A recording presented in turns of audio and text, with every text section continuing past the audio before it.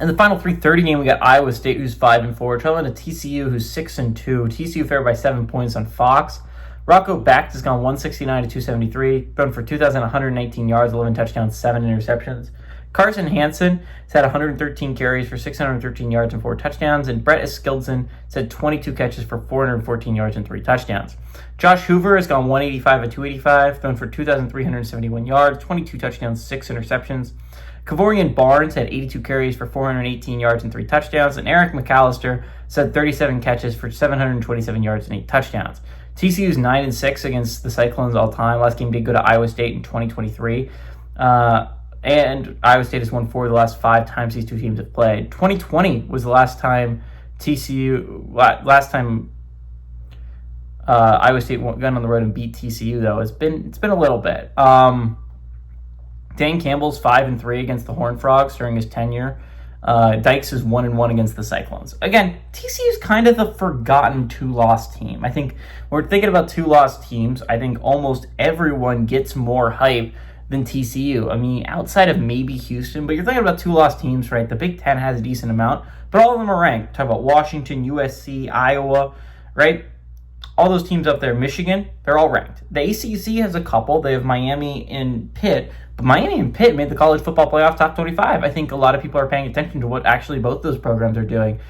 You can look at the SEC. Obviously, every SEC 2-loss team is ranked. Hell, a 3-loss team in the SEC is ranked, despite Tennessee doing absolutely nothing to deserve that ranking. They have yet to be their best win is a road win over Mississippi State, not an absolute enthralling win for the Tennessee Vols. But the Horned Frogs are kind of forgotten. Like, there's 2-loss teams in the Big 12, sure. Only one of them is ranked, right? And Utah's the only one that's ranked. And you got Cincinnati, who's a 2-loss squad, and you got Houston, who's a 2-loss squad. But Cincinnati were in the top 25 last week. It has been a long time since we paid attention to the Horned Frogs. And the thing about the Horned Frogs is, again, the likelihood of them making it as an at-large is really low, considering the fact is that they have such a bad loss dragging down their resume, which is the Wildcats, right? For Utah, which is why I had them in my college football playoff if the season ended right now, for the Utes, neither of their losses are all that bad. A road loss to BYU and a home loss to Texas Tech, you can have worse losses than that, because those are about as good of losses as you can have in college football right now. And they have a solid win. They have a good win over Arizona State. They have a good home win over Cincinnati.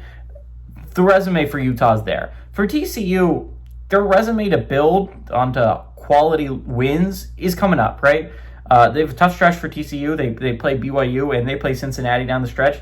But on the downside of that, that's a hard schedule. The upside of that is that's a lot of opportunities. The Horned Frogs have a lot of opportunities to win big football games and try and play their way into the Big 12 championship, because that's, again, the best chance that you're going to have of making the college football playoffs. They only have 2 losses in conference. Only 3 teams have 1 or less conference loss, and they play one of them in Cincinnati. If Texas Tech can be handed a loss, I mean, it is pretty wide open for TCU. There will be a 2-loss team in conference play if TCU wins out. So, again, this is a really big game for TCU.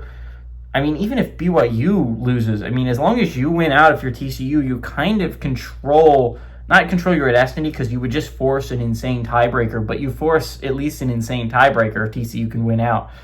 Again, the Horned Frogs are really in a really interesting spot. They're not really getting talked about a lot. I still think this is a solid team. I don't think this is a team that can finish the season 10-2, considering their schedule, but I do think this is a better team than Iowa State, who's kind of fallen apart recently. I think the Cyclones are a little bit of They're just a mess right now. I don't think the Horned Frogs are that way. Horned Frogs are coming off a bye. I think the Horned Frogs win, and I think they cover that 7-point spread.